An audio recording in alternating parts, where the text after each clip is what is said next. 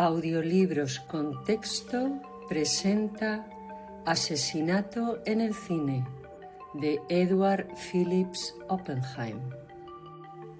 Las interrupciones del estricto acto de observar y escuchar por parte de un tenso público en el cine rara vez se expresan con mayor claridad que mediante risitas ahogadas y susurros. Por lo tanto, el grito que de repente rompió el aire cargado de tabaco, un grito de agonía de un ser humano aparentemente afligido por un dolor o miedo mortal, fue paralizante en su efecto, un rayo terrible y desgarrador. Entre la multitud apiñada que componía el público del cine Pagoda Palace, no hubo nadie que pudiera escapar al sobrecogedor sonido que no sintiera la desconcertante emoción. Cynthia abrazó a su esposo. «¡Malcolm!», gritó aterrorizada. «¿Qué ocurre?». La abrazó con firmeza. Como la mayoría del público, se había puesto de pie de un salto y estaba mirando hacia una esquina de la última fila de la platea, a poca distancia de donde estaban. Las linternas eléctricas brillaban como luciérnagas en la penumbra. Se veían siluetas oscuras de hombres agrupándose en un punto determinado. La pantalla quedó repentinamente en blanco. La imagen había dejado de proyectarse. Entonces las luces se encendieron y todos se subieron a su butaca, o lo que encontraron, para mirar en una dirección. Quizás nadie vio más en esos pocos segundos que Malcolm Gossett, cuya profesión le había enseñado a asimilar rápidamente las impresiones y los detalles de un suceso inesperado. «¿Qué pasa, Malcolm?», inquirió de nuevo su esposa, aferrándose desesperadamente a él. «Creo que un hombre ha resultado herido», explicó. «O bien ha resultado herido o bien ha caído enfermo». «Nadie que estuviera enfermo podría gritar así», jadeó ella, temblando. «Ha sonado como si alguien estuviera siendo asesinado». «Me temo que así sea», asintió Malcolm Gossett. «Mira, se lo están llevando». Todo se gestionó admirablemente. Un cuerpo inerte y flácido, completamente cubierto por una sábana, fue sacado en camilla por dos de los asistentes, escoltados por un policía. Otros miembros del cuerpo, que parecían haber llegado milagrosamente de la nada, habían formado un pequeño cordón alrededor del lugar del siniestro. Un joven que intentó marcharse fue detenido con delicadeza. El gerente del Pagoda Palace, uno de los más grandes y espléndidos de Londres, acudió apresuradamente al sargento. «¿Qué es esto, oficial?», exclamó sin aliento. «Por Dios, no retrase la función más de lo que pueda evitar». El sargento se mostró un poco antipático. «Se ha cometido un asesinato aquí, señor Hamshaw», anunció. «Las luces deben permanecer encendidas hasta que tenga los nombres y direcciones de las dos personas a ambos lados de ese lugar ahora vacío y del joven sentado exactamente detrás». «¿Quiere decir que el hombre que se han llevado está realmente muerto?», preguntó el otro con incredulidad. «Está tan muerto como lo estaría usted o cualquier otra persona con 15 centímetros de frío acero clavados en la espalda. Disculpe, por favor. Lo avisaré en cuanto pueda continuar con la función». El sargento completó su tarea. Los dos hombres a ambos lados de la butaca vacía y el hombre sentado inmediatamente detrás aceptaron la invitación del sargento de retirarse a la antesala con él. Se tomaron algunas precauciones más y todo el asunto se dio por concluido. Se apagaron las luces y se reanudó la proyección de la película.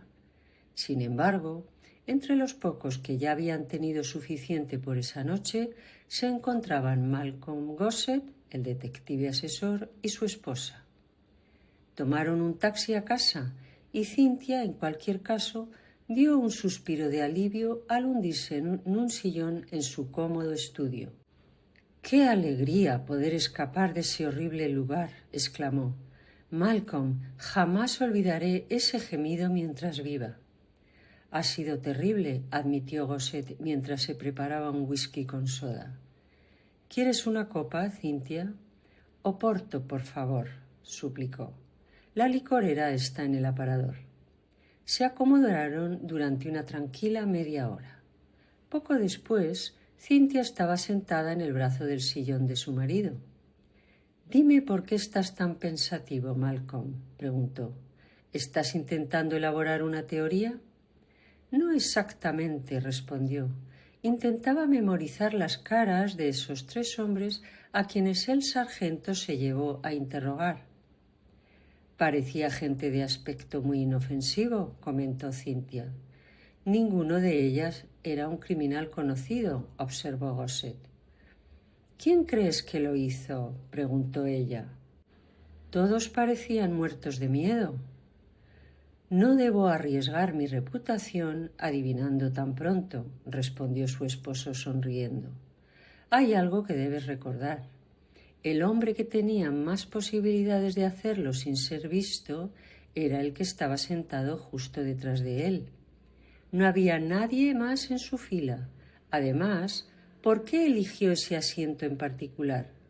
Por regla general, un hombre con toda una fila para elegir ocupa el asiento de afuera o el más cercano al centro. Pero no detrás de otro espectador. «No creo que fuera él», declaró Cynthia con firmeza. «Tenía una expresión tan agradable y aunque parecía asustado, bueno, ¿quién no lo estaría? No parecía haber hecho nada malo». «Bueno, la inspiración es algo maravilloso», observó Malcolm Gossett. «He aprendido a confiar en ella más que antes. Pero dime, ¿no notaste nada extraño en ese joven? Parece que lo has estudiado con detenimiento». «¿Extraño? ¿En qué sentido?» «Bueno, su apariencia o vestimenta o cualquier cosa». «Había una cosa», reconoció Cynthia. «Llevaba guantes». Gossett le dio una palmadita en la espalda. «Bien por ti, señorita», declaró. «Esos guantes podrían ahorcarlo». El asesinato en el Cine Pagoda Palace cautivó la imaginación de todo el país. No se trataba de un crimen atroz en un barrio humilde, cometido por algún delincuente que huye en la oscuridad. Este reunía todos los elementos esenciales del drama. Quienquiera que fuera el culpable, quienquiera que fuera responsable de ese espantoso grito de muerte que muchos espectadores juraron no olvidar jamás, debió permanecer impávido en su sitio. Deliberadamente debió clavar el cuchillo en ese punto vital con una destreza y una ferocidad casi sobrehumanas, y luego, sin moverse ni intentar escapar, se sumó a la consternación general. Cuanto más se leía sobre el asunto, más inhumano e imposible parecía el suceso. El muerto fue fácilmente identificado por sus vecinos más cercanos. Se llamaba Julian Brest. Tenía 54 años. Era un comerciante de diamantes jubilado y acomodado que vivía en un piso de soltero en las alturas de Hampstead. Pertenecía a 2 clubes bastante respetables y también a un club de golf situado a poca distancia de Londres. Su vecino de butaca de la derecha, Samuel Johnson, había sido durante años su socio en el negocio, del que se hizo cargo tras la jubilación de la víctima. Jugaban al golf los sábados, cenaban juntos una vez por semana, y Julian Brest visitaba con frecuencia la villa de Samuel Johnson en Golders Green. No había la menor señal de resentimiento entre ellos. Un hombre sentado a la izquierda era, al parecer, un desconocido para los otros 3. Llevaba el singular nombre de Carnforth Dent. Tenía una relojería y una joyería en la City, y por todo lo que se había podido averiguar, parecía una persona de lo más anodina. Estaba casado y vivía felizmente con su mujer y sus 2 hijos en un bloque de pisos al otro lado del puente de Hammersmith. Smith. Declaró que nunca había hablado con el muerto y que no se había interesado por él. El nombre del joven sentado detrás, que se había ganado la simpatía de Cynthia Gossett, era Edward Sims. Era químico industrial, con un pequeño pero próspero negocio, soltero y vivía solo en una habitación en Kensington. Al preguntarle por qué había elegido el asiento detrás de la víctima, explicó que a veces sufría de claustrofobia y que eligió ese asiento en particular porque había 2 butacas vacías a cada lado. No hay constancia de que conociera o hablara con el difunto. Estas, junto con la esposa de Johnson, sentada a su otro lado, eran las 4 personas que se encontraban en las inmediaciones de Julian Brest cuando su grito de muerte trajo esa terrible nota de tragedia a la abarrotada sala. Parecía bastante difícil para cualquiera de ellas, pero casi imposible para cualquier otra, haber asestado ese golpe mortal sin ser notado. Por otro lado, las exigencias de la película exigían que se proyectara en la oscuridad más absoluta posible, y el rincón donde ocurrió la tragedia, al estar debajo del balcón con el proyector, era quizás el punto más oscuro de toda la sala. Por lo tanto, aunque popular entre las parejas jóvenes que coqueteaban, no solía ser muy solicitado por el público más serio. Sin embargo, como señaló el gerente, en el caso de una película tan popular como la que se proyectaba, la gente se alegraba de encontrar sitio en cualquier lugar. De alguna manera, por casualidad o por elección, estas 5 personas, 2 de las cuales afirmaban desconocer por completo a las otras 3, se habían reunido en el único lugar donde semejante tragedia podía pasar desapercibida. Uno de los 5 murió en agonía. De los otros 4, la prensa, la gente de a pie y el mundo entero exigían un culpable.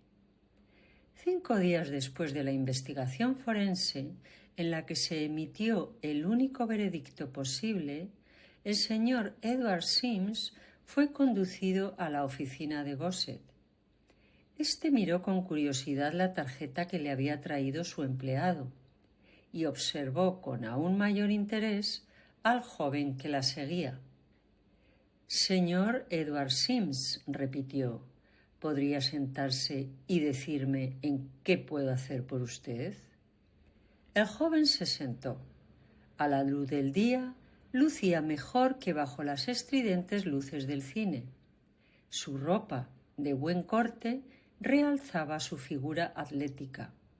Llevaba la corbata de una escuela pública reconocida. Su porte era franco y soportó el escrutinio minucioso de Gossett sin avergonzarse. «Quizás debería haberle traído una tarjeta de Sir George Littledale», explicó. «Fue él quien me sugirió que viniera a verlo. Puede llamarlo si quiere». «Estoy totalmente dispuesto a confiar en su palabra», respondió Gossett. «Adelante, dígame cuál es el problema». «El problema es», continuó el joven, «que soy una de las 3 personas sospechosas de haber asesinado a Julian Brest en el cine la otra noche. Ya se ha enterado, por supuesto. No creo que haya un solo hombre, mujer o niño en Londres que no lo haya hecho. Sin embargo, al revisar las pruebas, veo que niega haber visto u oído hablar antes en su vida del hombre asesinado, que llegó al lugar donde se sentó por pura casualidad y que, para resumir, es absolutamente inocente del crimen. Esa fue mi evidencia. Y usted dijo toda la verdad, por supuesto», comentó Gossett, con el aire de quien habla casi despreocupadamente. El joven permaneció en silencio. Miraba hacia un punto concreto de la alfombra y daba vueltas a su bombín entre las manos. «Supongo que no ha intentado comprender la situación, señor Gossett, tal como debe presentársele a 1 o 2 de nosotros», dijo finalmente. Si dejamos de lado a la mujer, probablemente haya visto las pruebas que declaraban que le habría sido imposible asestar el golpe. Solo 3 de nosotros podríamos haber matado al hombre. Su colega, el otro joven cuyo nombre he olvidado, o yo mismo. Naturalmente, si la policía logra encontrar un solo motivo por parte de cualquiera de los 3, ese estaría perdido. Sin duda sería una situación muy incómoda, asintió Gossett. Por alguna razón, continuó Edward Sims, parece que intentan usarlo en mi contra. No puedo moverme sin que me sigan. Constantemente me hacen preguntas de todo tipo sobre mi pasado. Estoy casi seguro de que han registrado mis habitaciones 2 veces durante mi ausencia. Si su historia, señaló Gossett en voz baja, es absoluta y completamente cierta, no podrán descubrir nada. La policía tiene sus defectos, pero jamás llegaría al extremo de intentar inculpar a una persona completamente inocente. Quizás no, asintió el otro, pero desafortunadamente... Antes de continuar, señor Gossett, debo hacerle una pregunta. Adelante. Fui a ver a Sir George Littledale para hacerle varias preguntas sobre derecho penal y, a decir verdad, para preguntarle si me defendería en el caso de que me acusaran de ese horrible delito. El joven se detuvo para secarse el sudor de la frente. Estaba ahora más nervioso. Debo preguntarle esto, señor Gossett. Suponiendo que le confiara un hecho que pudiera considerarse casi como prueba en mi contra en este caso, ¿se sentiría obligado a comunicárselo a la policía? Claro que no, fue la respuesta enfática.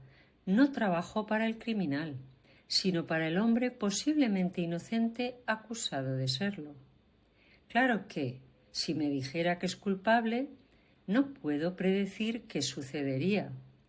Pero mientras se declare inocente, ninguna confidencia que pueda depositar se verá comprometida. Trabajo fuera de la policía y con más frecuencia contra ella que con ella. El joven respiró aliviado. Muy bien, confesó. Le voy a decir lo siguiente. El cuchillo que encontraron en la espalda de la víctima es mío. Dios mío, exclamó. ¿Pero qué está diciendo, señor Sims? Esto no es una confesión, es una declaración, declaró el joven. Por fin me desahogué con una sola persona, gracias al cielo. Ese cuchillo era, o mejor dicho, es mío. Lo compré en el mercado de Caledonia hace 4 años. Cuando me cambié de habitación hace 1 año, me mudé de Bayswater a Kensington, el cuchillo desapareció. No lo volví a ver hasta esa noche. Lo examiné de nuevo en el juzgado. No hay duda alguna al respecto. Es mi cuchillo. Es de diseño español y le falta una parte de la filigrana justo encima de la empuñadura. Además, el pomo de la parte superior del mango está ligeramente doblado. Es mi cuchillo, señor Gossett. ¿Hay alguien capaz de identificarlo?, preguntó Gossett con gravedad. No lo sé, respondió Edward Sims con cansancio. Estuvo expuesto, colgado en mis habitaciones durante al menos 2 años. La policía está tan en mi contra que podrían interrogar a alguno de mis conocidos o amigos para ver si pueden identificarlo. Estoy seguro de que hay varios que podrían. Supongo que se da cuenta de lo serio que sería para usted si lo hicieran, ¿no? Es horrible, lo sé, pero yo no lo hice, declaró el joven. Nunca oí hablar de Julián Brest. Me daba igual si vivía o moría. He recurrido a que me aconseje, señor Gossett. ¿Qué haría usted en mi lugar? Tengo 3 amigos íntimos que me visitaban con frecuencia. ¿Debería contarles toda la historia y rogarles que no identifiquen el cuchillo si se lo preguntan? ¿O debería dejarlo al azar? Eso es lo que quiero saber. No me decido. ¿Qué haría usted? Se secó la frente de nuevo. Parecía realmente aterrorizado frente a su problema. Antes que nada, déjeme preguntarle algo más, dijo Gosset. ¿Por qué se dejó los guantes puestos toda la noche en el cine? Ya veo que hoy también los lleva puestos.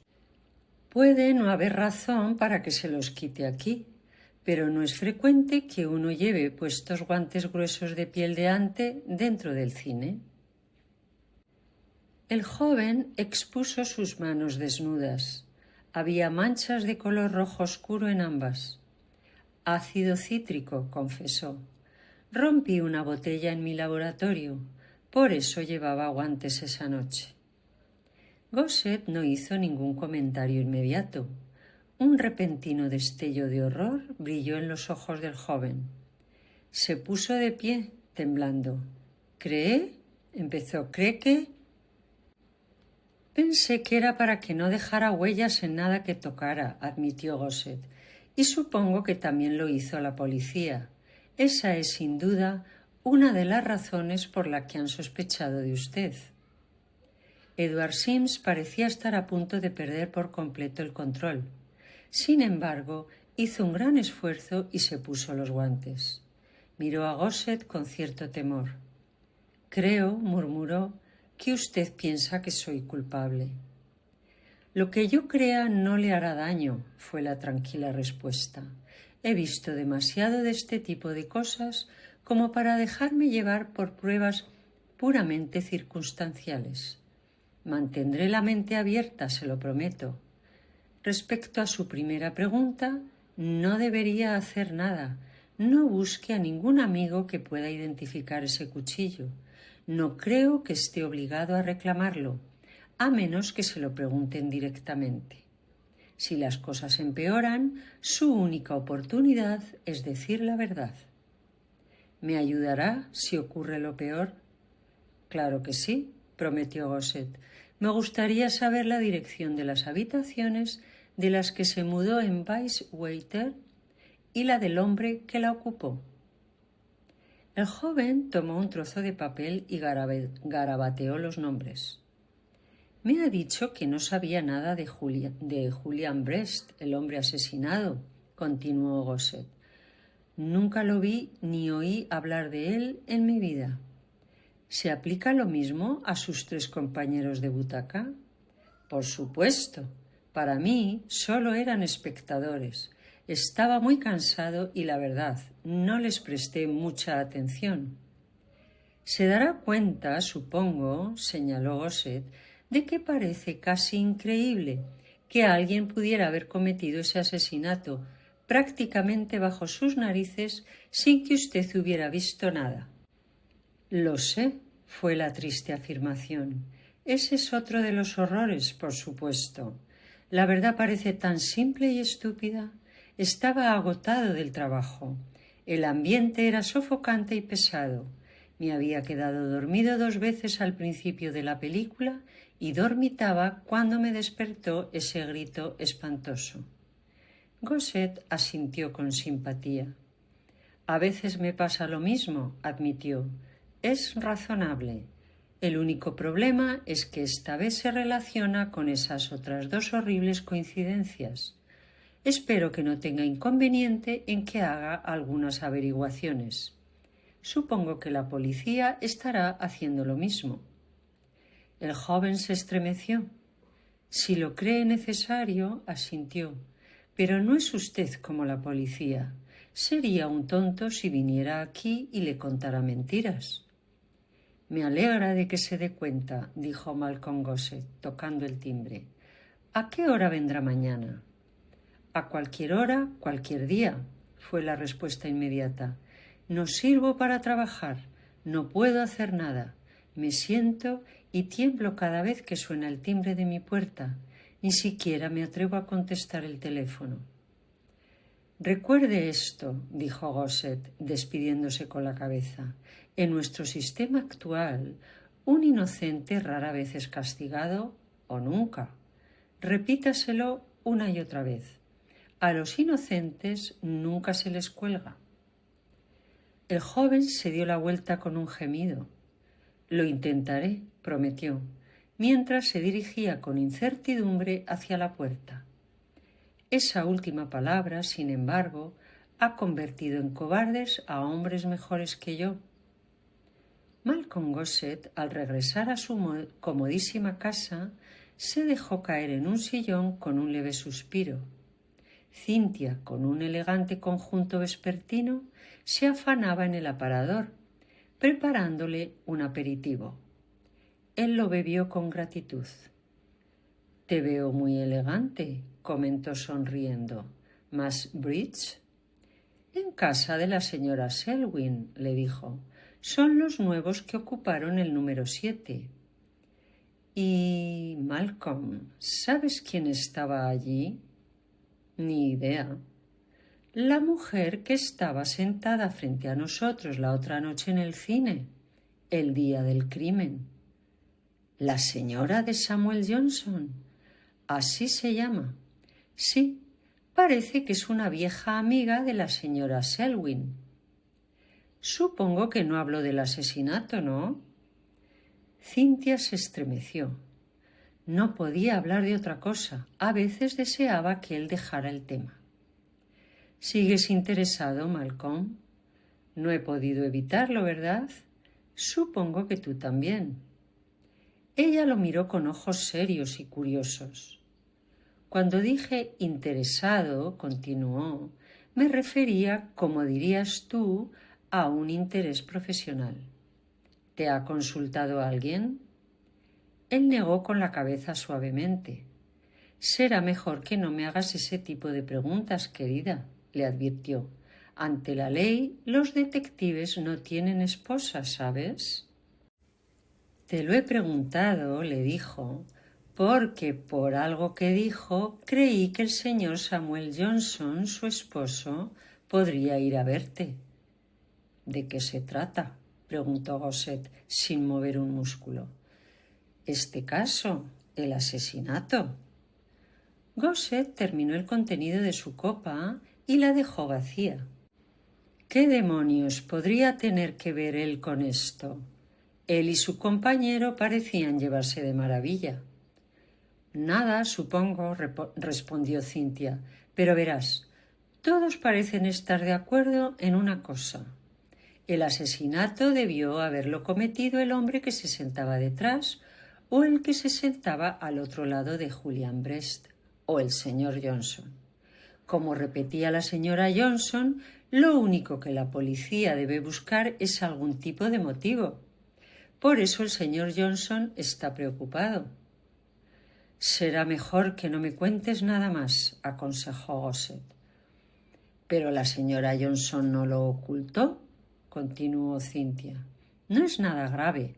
Después de todo, fue solo un acuerdo comercial entre el señor Johnson y el señor Brest para evitar que se retirara el capital.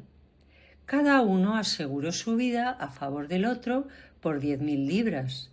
Eso significa que, ahora que el señor Brest ha fallecido, el señor Johnson retirará 10.000 libras. Sonó el timbre del teléfono en el pasillo. Cynthia fue a contestar. Al regresar, parecía completamente asustada. «Malcolm», exclamó, «era la señora de Samuel Johnson. Me llamó para decirme que su marido estaba loco con ella porque admitió habernos contado lo del seguro y que pase lo que pase, nos implora que no se lo digamos a nadie. Ha llamado a los demás y lo han prometido». «Claro», le dije que nos mantendríamos en silencio. Gossett golpeó el brazo de su silla con un cigarrillo y lo encendió. «Yo diría que la señora Johnson debe ser una de las mayores tontas del mundo», observó. Cynthia se rió mientras le echaba el brazo alrededor del cuello. «¿No te alegra que yo no sea así, cariño?», susurró. «Nunca repito nada». El mayor Moody, como subcomisionado, y el inspector jefe Arbuthnot estaban juntos cuando Gossett fue conducido a la oficina del primero en Scotland Yard. Los saludaron cordialmente, lo acomodaron en un sillón y le ofrecieron cigarrillos. Arbuthnot permaneció recostado contra la mesa, Moody en su asiento, mirando a su visitante con una sonrisa. «Gossett», preguntó, «¿ya sabe quién ha asesinado a Julian Brest?» «Ojalá lo supiera», respondió Gossett con bastante seriedad. «Sé que estaba a pocos metros de la escena del crimen», observó Moody. «Así es. Pero ya sabe lo oscuros que son los cines modernos hoy en día. Y él estaba precisamente en el rincón más oscuro», mencionó Arbuthnot. «Arbuthnot, algunos otros y yo estuvimos allí en la reconstrucción», continuó Gossett. «¿Así que está trabajando en ello?», confirmó el subcomisionado. «De forma indefinida», admitió Gossett. «Sabe muy bien cómo llevo mi negocio, mayor. Si un hombre acude a mí y tengo razones fundadas para creerlo culpable, no hablo con él. Si es un asunto público y no confiesa, se convierte en mi cliente y después de eso me quedo mudo». «Muy acertado», murmuró el subcomisionado. «Sería justo preguntarle si alguna de las tres posibilidades en el caso del asesinato de Julian Brest se ha convertido en su cliente». «Uno de ellos se ha puesto en contacto conmigo», reconoció Gossett. «Todavía no lo he aceptado como cliente. Estoy haciendo algunas averiguaciones tanto para mi propia satisfacción como en su nombre». «Es un asunto bastante extraño», reflexionó el subcomisionado. «Esperemos que el culpable se anime y confiese. Si no lo hace, puede que suceda lo que antes combatimos con menos intensidad. Un hombre puede ser condenado y ahorcado solo por pruebas circunstanciales». «Sinceramente, espero que no», agregó. El subcomisionado se encogió de hombros, pero un testigo ocular de este asesinato sería prácticamente imposible. «De acuerdo», reconoció Gossett, «pero ¿qué hay del corolario natural de la evidencia circunstancial? El motivo». «Justo a lo que iba», observó el mayor Moody. «Tenemos una pista, Gossett, pero no estamos avanzando en el caso como esperábamos. Espero que lo tome como un cumplido, pero en realidad lo llamamos para ver si podía ayudarnos. ¿Tiene alguna idea de quién es el culpable?» «Creo que sí, mayor.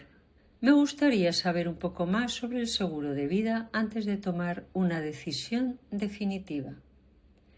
«Entonces no tiene ninguna convicción segura». «Ninguna. Verá, si tuviera ciertas convicciones sobre alguien, no debería hablar con esa persona». «Entonces no nos sirve de nada hoy, Gossett», dijo el subcomisionado con buen humor, pero con un breve gesto de despido. Gossett recogió su sombrero. «Intervendría para salvar a un inocente si estuviera convencido de su inocencia, o les daría toda la información que tuviera sobre un culpable si creyera que lo es», declaró al despedirse. «Tal como están las cosas, no creo serles de ninguna utilidad por el momento». «Hay un hombre en la sala de espera», anunció el empleado al regreso de Gossett. «Lleva un tiempo esperándolo. Se llama Dent. Hay algo más, pero no lo entendí muy bien y no tiene tarjeta». «Carnforth? Así es. Hazlo pasar en cuanto me quite el abrigo», ordenó Gossett. El señor Carnforth Dent era pequeño y delgado, con una mata de pelo castaño grisáceo y un fino bigote. Llevaba gafas de montura metálica de diseño antiguo y su ropa negra había conocido tiempos mejores. Lo más atractivo de él, decidió Gossett, mientras le indicaba a su visitante que se sentara y lo observaba mentalmente, eran sus manos, de dedos largos y musculosos, nerviosos pero elegantes. ¿Qué puedo hacer por usted, señor Dent?, preguntó Gosset con curiosidad. ¿Sabe quién soy?, preguntó el hombre. Creo que sí.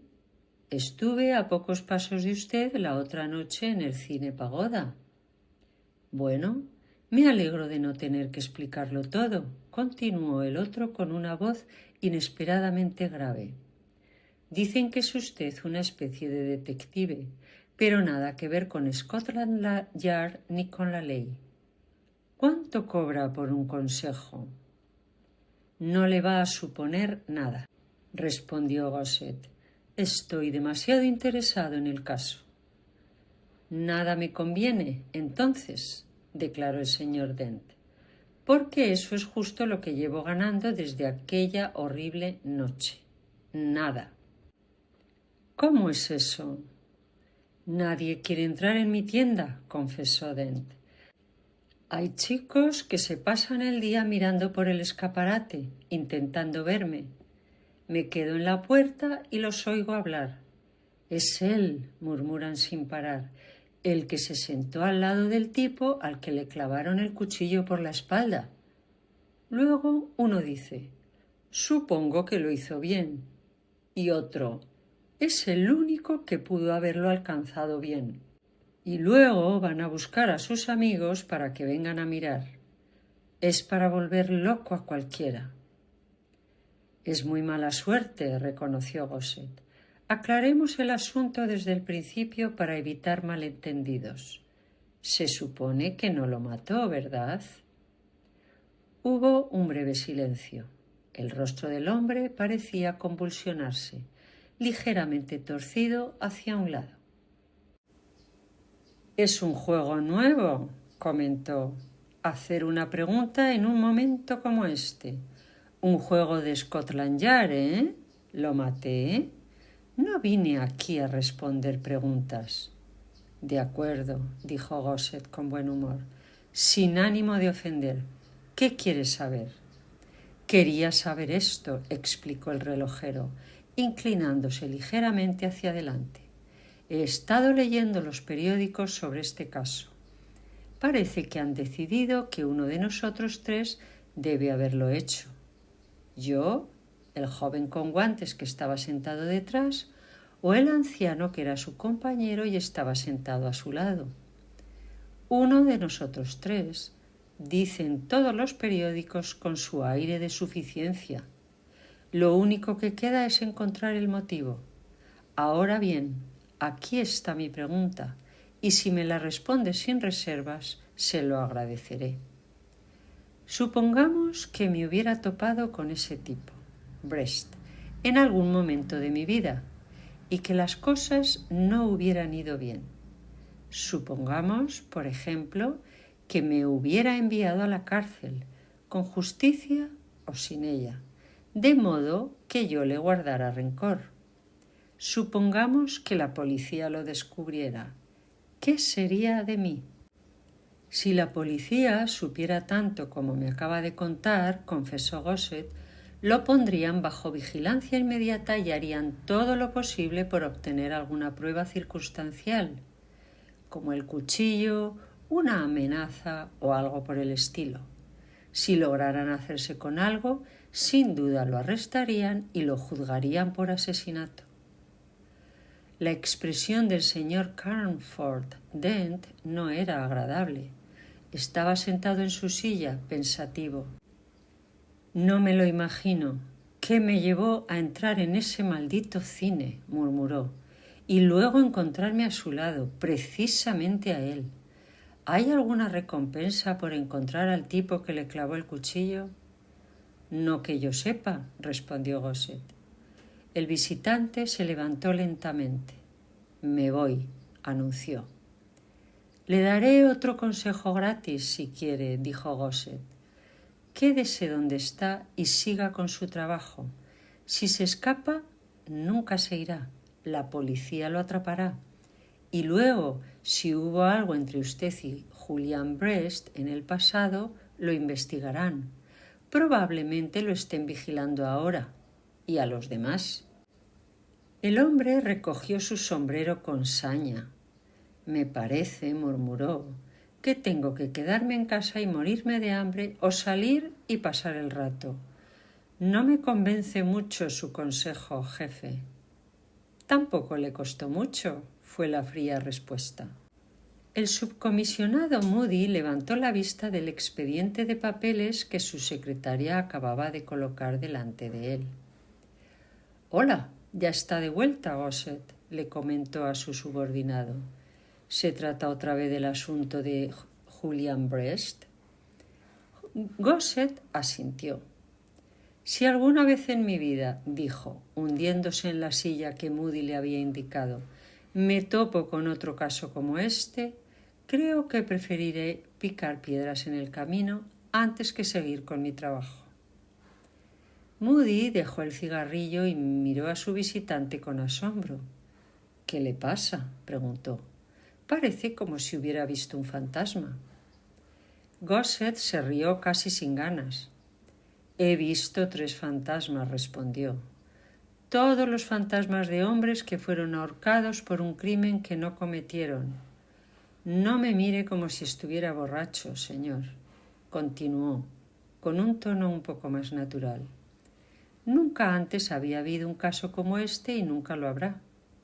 Hay un hombre asesinado, con su compañero a su lado y otros 2 hombres a 1 metro aproximadamente, aparentemente desconocidos.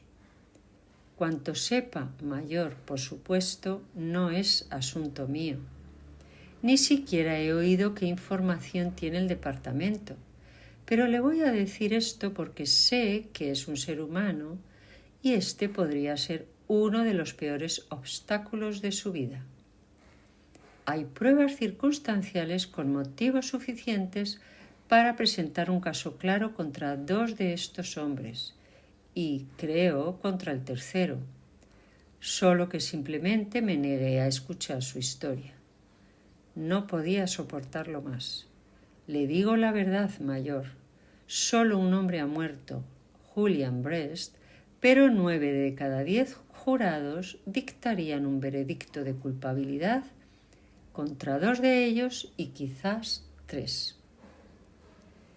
«No tiene por qué preocuparse, Gossett», dijo el subcomisionado amablemente. «Aquí no somos sanguinarios. Buscamos al culpable, por supuesto, pero en este país no se incrimina, como bien sabe. No juzgamos a nadie por asesinato a menos que...» Sonó el timbre del teléfono. El mayor Moody interrumpió su frase y colgó el auricular. Escuchó un momento imperturbable y luego habló. «Hazla aparecer», ordenó. Dejó el auricular y miró a Gossett. «Empiezo a estar de acuerdo con usted en que hay algo extraño en este caso, Gossett», dijo. «Aquí está la mujer, la señora... ¿Cómo se llama? La señora de Samuel Johnson, pidiendo una entrevista. No me entusiasma mucho. No podemos acusarla contra su marido». Se giró hacia donde estaba su secretaria sentada en las sombras. «Vaya detrás del biombo», ordenó, «y anote lo que esta mujer tiene que decir. No se vaya, Gossett. Siéntese en la silla del inspector. Por el momento, forma parte del personal». Gossett obedeció. Se abrió la puerta. Una intensa ráfaga de perfume anunció la llegada de la señora Johnson. El subcomisionado se puso de pie. «Buenas tardes, señora», dijo. «Tome asiento y dígame qué puedo hacer por usted». La señora Johnson llevaba pieles caras y un sombrero a la moda. Se había maquillado en abundancia, pero seguía siendo una mujer guapa. Quizás estaba un poco sin aliento por subir las escaleras, pues tardó un par de minutos en recomponerse. «Así que esto es Scotland Yard», comentó mirando a su alrededor. «Una parte muy poco importante, señora», fue la cortés respuesta. «Y usted es uno de los jefes de policía», continuó. «Soy el subcomisionado». «Supongo que es lo mismo», continuó. «Bueno, ya saben quién soy, la señora de Samuel Johnson. Soy la mujer que se sentó al lado de Julian Brest aquella horrible noche en el cine Pagoda. He venido a decirles quién lo mató». Hubo un breve silencio. Gosset se encontró aferrándose a los lados de su silla. El mayor Moody se inclinó hacia adelante. «Señora», le ordenó, «espero que tenga cuidado antes de hablar. No es asunto para hablar a la ligera». «No soy tonta», respondió con desdén. «Llevo varios días histérica, pero ya estoy bastante tranquila. Puede llamar a uno de sus médicos ahora mismo, si quiere, para que le diga si estoy cuerda o no. Antes que nada», continuó, abriendo su bolso y sacando una carta, «lea esto. Léalo en voz alta para que el otro hombre pueda escucharlo». El mayor Moody se ajustó el monóculo y extendió una hoja cuadrada de papel. La dirección impresa en la parte superior era Brest and Johnson, número 17A, Hatton Gardens. Leyó muy despacio y giró ligeramente la cabeza hacia donde estaba sentada la secretaria. «Mi querida Susie, ya basta de tonterías. Debes entender que esta vez hablo en serio. Le dejo el negocio a Samuel y me voy a Sudáfrica la semana que viene. Tendrás de sobra para vivir y de una vez por todas no puedo darte ni un céntimo más. Hemos pasado buenos momentos juntos, pero ya no puedo más. Tú y Samuel estaréis bien. El negocio aún vale algo y si algo me pasa, tienes el seguro de vida de 10.000 libras que te corresponderá. Le propongo a Samuel que cenemos en el Trocadero esta noche por última vez y luego vayamos al cine los tres. Te escribiré alguna vez, querida, y espero que nos separemos como amigos. Julian». El subcomisionado terminó la carta y levantó la vista. Ella se encontró con su mirada inquisitiva. «Sí», dijo ella, «así es como un hombre se deshace de su novia después de 8 años. ¿Ahora quieres saber quién mató a Julian Brest?» «Yo». El subcomisionado la miró con dudas. «Pero, querida señora», protestó, «lo que usted me dice es prácticamente una imposibilidad». Ella se rió con desprecio. «¿Por qué?» «En primer lugar», señaló, «ni siquiera estaba sentada a su lado. En segundo lugar, se necesitaría un cirujano para saber el punto exacto donde clavar ese bisturí. En tercer lugar, se habría necesitado la fuerza de un hombre para clavarlo así». «No son tan listos como me imaginaba», se burló. «Escuchen, les responderé. Para empezar, puede que se les haya ocurrido que mi brazo es delgado. Les pido», continuó, «que miren lo largo que es». Se quitó el abrigo de piel, dejando al descubierto su figura, magnífica aunque demasiado corpulenta, disimulada a la perfección por un vestido de tela ajustado. Extendió el brazo con una sonrisa. «Tuve esto alrededor de su cuello toda la noche», continuó. «No es nada para un cine, como supongo que ya sabe. Podría haberlo tenido alrededor del cuello de Julian sin esforzarme». Eso debería responder a su primera objeción. En segundo lugar, antes de casarme, era enfermera titulada en uno de los mejores hospitales de Londres y sé tanto de anatomía como cualquier cirujano. En tercer lugar, deme un bisturí y lo clavaré hasta donde quiera en su propio escritorio. O deme su brazo. Ahí, así, podría romperlo si quisiera. El mayor Moody se apartó del alcance de sus dedos con un grito ahogado de dolor. «¿Pero el cuchillo?», preguntó. «Lo compré en una tienda de segunda mano en Bayswater», le contó. «Lo había dejado abandonado a alguien en unos apartamentos. Lo saqué esa noche a propósito e hice lo que me proponía. Fue más fácil de lo que había soñado. El hombre que estaba detrás, con los guantes puestos, estaba dormido. Nadie más podía verme. ¿Debo tomar esta declaración?, preguntó con un nuevo tono de gravedad, como su confesión del asesinato de Julian Brest.